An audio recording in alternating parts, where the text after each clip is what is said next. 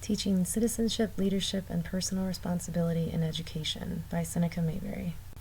As teachers, we not only have the responsibility of teaching our students English language, mathematics, science, and social studies, but we need to develop citizenship skills as a part of the fabric of teaching and education, which can be essential and crucial in the long-term success of students. Civic skills provide greater depth of context and meaning to student mastery of curriculum and of standards. Providing civic skills opportunities allows for students to have the opportunity to become involved in their community and develop good citizenship habits by donating their time and their effort to helping out members of their own community and becoming models of what it means to be a good citizen. Leadership can be demonstrated through project-based learning, which requires administrative and teacher leadership support while developing those same qualities in the students. A key component of effective leadership is being able to know what it is that you are excel in and where are the areas that you could benefit from additional development. In knowing these things as the educator, you're able to pass those characteristics or those qualities on to your students.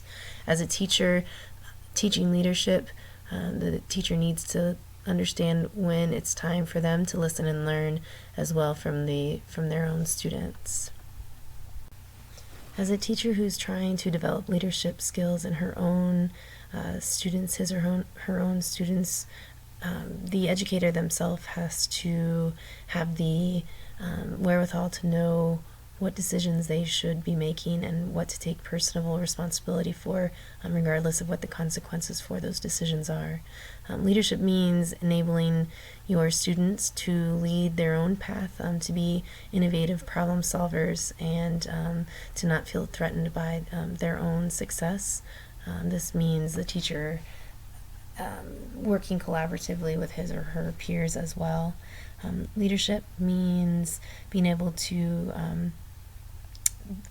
be free from distractions and anything that may impede you from carrying out your responsibility as a leader and to develop those future leaders of your classroom.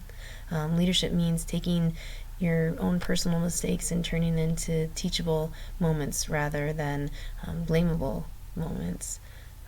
Leadership is knowing when to step back and give opportunity to others who are capable of taking the lead in the appropriate setting, but ultimately understanding that you are responsible for the outcome. And finally, leaders understand that leadership is not just something that's taught or is written in a textbook, but it's a way of life, and it is unbound by time constraints. It's unbound by workload. It's unbound by days of the week, hours in the day. Leadership is something that is constant, and that is a quality that some students may not be aware that they are capable of possessing, but as educators, we are responsible for bringing out the leadership qualities that each child has inside of them, whether they recognize it at this point or not. Part of the way that you as an educator can help identify the leadership skills of your students and help emphasize these leadership skills is to give them a certain level of personal responsibility. It is our job as educators to provide several ways for students to exercise personal responsibility that keep the information that we are delivering interesting, informative, and innovative. Students should be responsible and take responsibility for their mastery of subjects that are being taught. To increase student interest and ownership of topics and projects, allowing them to decide on some level what the parameters are that they are going to be participating in and how they are going to play a leadership role in their own personal education is helpful in the personal responsibility of each student. In conclusion, as teachers, we have a responsibility to teach more than just math and English, science, and social studies. Citizenship, leadership, and personal responsibility should be on topic as well.